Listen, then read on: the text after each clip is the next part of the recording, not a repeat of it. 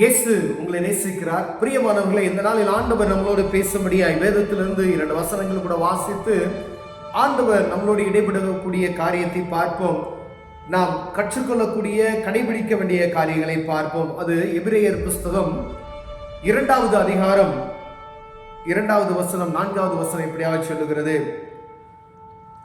1வது வசனம், ஆகையால் நாம் கேட்டவைகளை விட்டுவிடாதபடிக்கு அவைகளை மிகுந்த ஜாக்கிரதையாய் கவனிக்க வேண்டும்.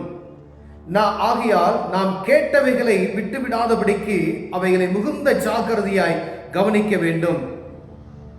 அடையாளங்களினாலும் அற்புதங்களினாலும் பலவிதமான பலத்த செய்கைகளினாலும் தம்முடைய சித்தத்தின்படி பகிர்ந்து கொடுத்த பரிசுத்த ஆவியின் வரங்களினாலும் தேவன் தாமே சாட்சி கொடுத்ததுமாய் இருக்கிற இவ்வளவு பெரிதான ரட்சிப்பை குறித்து நாம் கவலையற்றிருப்போமானால் தண்டனைக்கு எப்படி தப்பித்துக் கொள்வோம்?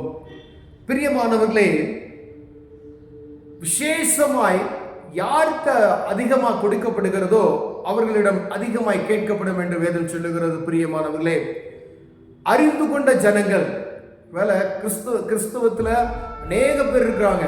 இதுல அந்த சத்தியத்தை முழுமையா அறிந்து ஆவிக்குரிய வாழ்க்கையில வழிநடத்தப்படுகிற, சத்தியத்தை அதிகமாய் கேட்கிற, ஆவிக்குரிய வாழ்க்கையில் அனுதினமும் அநேக வார்த்தைகளை பகிர்ந்து கொண்டிருக்கிற ஒவ்வொருவருக்கும் ஆவியானவர் இடைபடுகிறதாவது, ஆகையால் நாம் கேட்டவைகளை விட்டுவிடாதபடிக்கு அவைகளை மிகுந்த ஜாக்கிரதையாய் கவனிக்க வேண்டும். இந்த வேதத்தின் வழியாய் பல ஆயிரமான வசனங்களையும் போதகர்கள் பேசக்கூடிய அநேக ஆயிரக்கணக்கான பிரசங்கங்களையும் நாம் கேட்டிருக்கிறோம். பிரியமானவர்களே, ஆண்டவர் சொல்லுகிறார், நாம் கேட்ட ஒவ்வொரு திருவசனத்தையும், ஆண்டவர் நமக்கு கொடுத்த ஒவ்வொரு அறிவுரைகளையும் அதை கடைபிடிக்குவதற்கு எவ்வளவு கவனமாய் இருக்க வேண்டும் என்று வேதம் சொல்லுகிறது. ரட்சிப்பின் பாத்திரத்தை நம் கையில கொடுத்திருக்கிறார். அந்த பாத்திரத்தை எப்படி நாம் வைத்திருக்கிறோம் என்பதை ஒரு மண்பாண்டத்தில் பெற்றிருக்கிறோம். அந்த ரட்சிப்பின் அனுபவத்தை, பிரியமானவர்களே, இந்த சத்தியத்தை நம் மண்பாண்டத்தில் பெற்றவர்களாய் காணப்படுகிறோம். இதை எவ்வளவு கவனமாய் நம்ம வைத்திருக்க வேண்டுமோ அவ்வளவு கவனமாய் வைத்திருக்க வேண்டும். ஏன்னா எங்கு பார்த்தாலும் இந்த சத்தியத்திற்கு விலகி ஓடக்கூடிய அநேக வார்த்தைகள், இடரல்கள் எங்கு சூழ்ந்து இருக்கும். நம்ம எங்க வெளியே போனீங்க அப்படின்னு சொன்னா உங்கள் ஆவிக்குரிய வாழ்க்கைக்கு எவ்வளவுக்கு போராட்டமான காரியங்கள் இருக்குமோ அவ்வளவு போராட்டமான காரியங்கள் இருந்து கொண்டிருக்கிறது. பிரியமானவர்களே, அதனாலதான் சொல்றாரு பாருங்க, இந்த கேட்டவைகளை விட்டு விடாதபடிக்கு, நீங்க கேட்டுட்டு அப்படியே போயிடக்கூடாது. கேட்டதை விட்டு விடாதபடிக்கு அவைகளை மிகுந்த ஜாக்கிரதையாய் கவனிக்க வேண்டும். என்ன ஆண்டவர் சொல்லி இருக்கிறார்? எதற்காக இது சொல்லப்பட்டிருந்தது? ஏன் இந்த வசனத்தை நம்ம ஆண்டவர் நம்மளோடு போதித்துக் கொண்டிருந்தார் என்பதை கவனிக்கும்படி ஆண்டவர் பேசுகிறார். முதலாவது கர்த்தர் மூலமாய் அறிவிக்கப்பட்டு பின்பு அவரிடத்தில் கேட்டவர்களாலே நமக்கு உறுதியாக்கப்பட்டது. ஆண்டவரால சொல்லப்பட்ட திருவசனங்களை, நியாயப்பிரமாண புஸ்தகங்களை சொல்லப்பட்டு அவரிடத்தில் கேட்டவர்களாலே நமக்கு உறுதியாக்கப்பட்டு, இவர்தான் ஆண்டவர் என்பதை உறுதியாக்கப்பட்ட பின்பு அவர் அடையாளங்களினாலும் அற்புதங்களினாலும் பலவிதமான பலத்த செய்களினாலும் தம்முடைய சித்தத்தின்படி பகிர்ந்து கொடுத்த பரிசுத்த ஆவியின் வரங்களினாலும் தேவன் தாமே சாட்சி கொடுத்ததுமாய் இருக்கிற இவ்வளவு பெரிதான ரட்சிப்பை குறித்து ஆண்டவர் கிருபையாய் கொடுத்த இந்த ரட்சிப்பு இருக்கு பார்த்தீங்களா, இந்த ரட்சிப்பை குறித்து கவலையற்று இருப்போமையானால் எப்படி தண்டனைக்கு தப்பித்துக் கொள்வோம் என்று சொல்லப்படுகிறது. பிரியமானவர்களே, ரட்சிக்கப்பட்ட ஒவ்வொரு மனிதனுக்கும், சத்தியத்தை அறிந்திருக்கிற ஒவ்வொரு மனிதனுக்கும் ஆண்டவர் எச்சரிப்பின் சத்தமாய் சொல்லப்படுகிற வார்த்தை, இந்த வார்த்தைகளை நீங்கள் விட்டுவிடாதபடிக்கு எச்சரிக்கையா இருக்கும்படியாய் ஆண்டவர்களோடு இடைப்படுகிறார். ஏதோ வேத புத்தகத்தையே நான் வாசிக்கல அப்படின்றவங்களை பத்தி பிரச்சனை இல்லை. ஏன்னா அவங்களுக்கு நான் கிறிஸ்தவன் என்று சொல்லிக் கொள்வார்கள். வேதத்தினுடைய எந்த ஒரு காரியம் அவங்களுக்கு தெரியாது.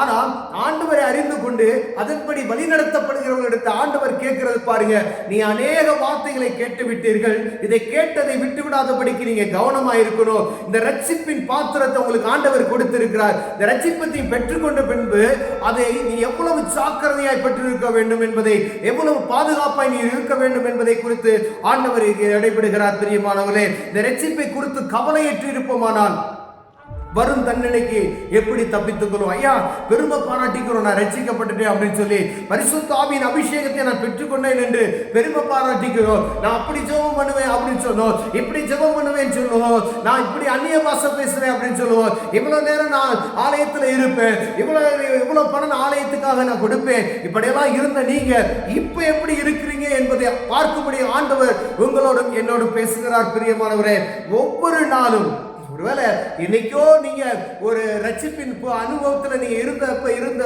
காரியத்திற்கும் இன்னைக்கு நீங்க இருக்கிற காரியத்திற்கும் எவ்வளவு தூரம் ஆண்டவருக்கும் உங்களுக்கும் உள்ள நெருக்கம் அதிகப்படுத்தப்பட்டு இருக்கிறதை பார்க்கும்படியாகவே உங்களோடு பேசுகிறார். பிரியமானவர்களே, ஒருவேளை 10 வருஷத்துக்கு முன்னாடி நான் ரட்சிக்கப்பட்டையா, ஆனா இன்னைக்கு நான் ஒரு போதகனா இருக்கணும், இல்ல அநேகருக்கு நான் சுவிசேஷத்தை அறிவித்திருக்கணும், இல்ல என் ஆவிக்குரிய வாழ்க்கையில நான் கண்ண மூடுற பரிசுத்த ஆவியின் அபிஷேகத்தை பெற்றுக்கொண்டு ஆவியில் கழிகிற முடியும் என்கிற ஒரு நமக்கு ஒரு நம்பிக்கை இருக்கிறதா என்பதை பார்க்கும்படி அழைக்கப்படுகிற பிரியமானவர்களே, ஒருவேளை நீங்க ரட்சிக்கப்பட்ட நாட்களுக்கும் இப்ப இருக்கக்கூடிய நாட்களுக்கும் ஒருவேளை ஆண்டவர் உங்களோடு எப்படி பேசுகிறார், உங்க வேத வாசிப்பு எப்படி இருக்கிறது, நீங்க ஆண்டவருக்கு கொடுக்கக்கூடிய நேரம் எப்படி இருக்கிறது, நீங்க தனி ஜெபம் எவ்வளவு நேரம் பண்றீங்க, உலகத்தினுடைய காரியத்துக்கோ ஆண்டவருக்கு கொடுக்கக்கூடிய காரியத்துக்கோ எவ்வளவு முக்கியத்துவம் நீங்க கொடுக்கிறீங்க என்பதை பார்க்கும்படி உங்களோடு பேசுகிறார். பிரியமானவர்களே, ரட்சிப்பை குறித்து கவலையற்று இருப்போமானால் வரக்கூடிய தண்டனைக்கு எப்படி தப்பித்துக் கொள்வோம் என்று ஆண்டவர் பேசிக் கொண்டிருக்கிறார். என்னையா தண்டனை? எப்படி இந்த வார்த்தை கர்த்தருடைய பிள்ளைகளுக்கு நான் ரட்சிக்கப்பட்டேன் என்று மாறுதட்டி சொல்லிக் கொண்டிருக்கிற ஒவ்வொருவருக்கும், பரிசுத்த ஆவியின் அபிஷேகத்தை பெற்றுக்கொண்டேன் என்று சொல்ல பெருமை பாராட்டுகிற ஒவ்வொருவருக்கும் இன்னைக்கு ரட்சிப்பின் அனுபவம் உங்களுக்குள் எப்படி இருக்கிறது? இந்த ரட்சிப்பை பெற்றுக்கொண்ட ரட்சிப்பை குறித்து கவலையற்று இருப்போமையானால் ஜாக்கிரதையா இருக்கும்படி ஆண்டவர்களோடு பேசுகிறார்.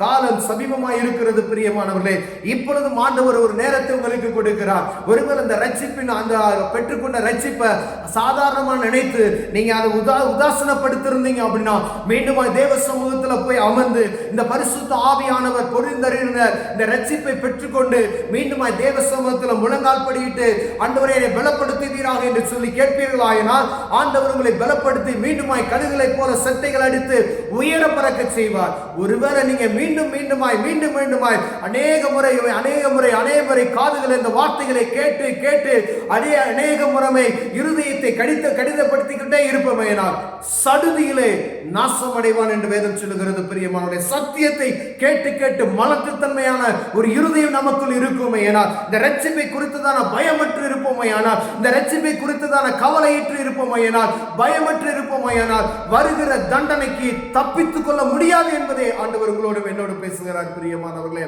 ஒருவேளை இதுல குறைச்சல் உள்ளவர்களை காணப்பட்டார், ரட்சிக்கப்பட்டேயா குறைச்சல் இருக்குன்னு சொன்னா தேவ சமூகத்துக்கு போயிருங்க. இதுவே உங்களுக்கு கொடுக்கக்கூடிய ஒரு வாய்ப்பாய் நினைத்து தேவ சமூகத்துல போய் ஆண்டவரை என்னை மீண்டுமாய் புதுப்பிங்க, ஆண்டவரே மீண்டுமாய் எனக்கு ஒரு தொடுதல் வேண்டும் ஆண்டவரை என்னை சொல்லி கேட்பீங்களா? ஆண்டவர் உங்களை பலப்படுத்த வல்லமையுள்ளவராக இருக்கிறார். கண்களை மூடுவோம், ஜெபம் செய்வோம். அன்பின் தகப்பனே, தர்மியான நாளுக்காய் ஸ்தோத்திரம் ஆண்டவரே. ரட்சிப்பை ஆண்டவரே பெற்றிருக்கிறோம் ஐயா, அது ஆண்டவரே அதை பற்றிதான கவலையற்று இருக்கிறோம் ஆண்டவரே. மீண்டுமா எங்களை பலப்படுத்துவீராக. புதிய பலத்தால் இடைக்கட்டும். இயேசுவின் நாமத்தில் பிதாவே, ஆமென், ஆமென்.